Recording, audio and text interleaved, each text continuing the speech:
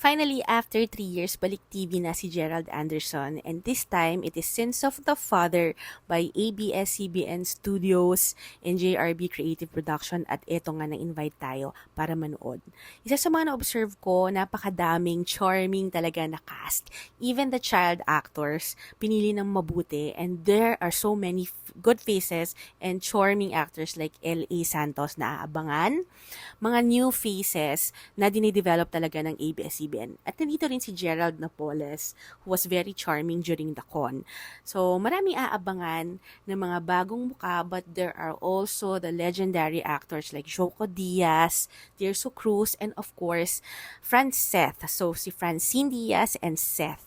At ang daming ang fans nila na dumating sa Gateway Mall Cubao during the MediaCon. So, super supportive talaga yung mga fans nila, and I believe na ma-enjoy talaga nila itong bagong ipapakita ng Franceth.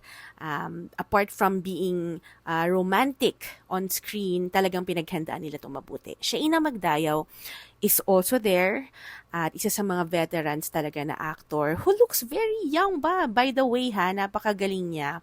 And she remains humble despite all of the success. And meron din dito si Jessie Mendiola. This is her comeback project, and ang ganda nga kasi maganda yung chemistry between all of the actors. Magagaling talaga sila lahat.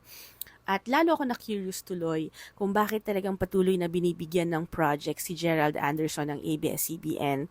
At etong Sins of the Father made me really realize kung bakit he is highly respected. So, during the con, na-appreciate ko talaga ang strong ng presence talaga nila. And dito ko na-realize that si Gerald Anderson, pinipili niya ng mabuti yung mga script na ginagawa niya. Hindi mga basta-basta na mga projects yung pinipili niya. So, inabot talaga ng 3 years kasi he wanted to pick a project na talagang maha-highlight yung mga issues na socially and culturally relevant. So, nagulat nga ako kasi when he was being interviewed, napakatalino pala ni Gerald Anderson.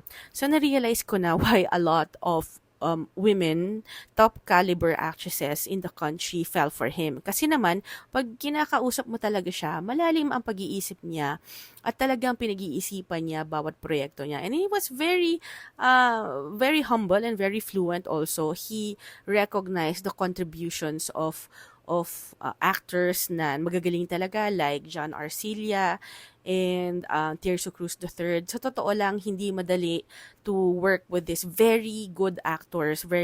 Kasi napakagaling talaga nila. Only someone na talagang maganda rin yung acting skills ang pwedeng tumatbi sa the likes of John Arcilla and Tirso Cruz III, even Joco Diaz, kasi magagaling na talaga itong mga tao to, together with Miss Lotlot. So nakikita mo dito that they have high respect for Gerald Anderson, and he is so much more than the women na nakarelasyon niya. Kasi most often than not, talagang doon siya pinag-uusapan the number of girlfriends he has. Pero I saw another side of him that made me respect him as an actor, because talagang gusto niyang gumawa ng TV show na maraming matututunan yung nanonood.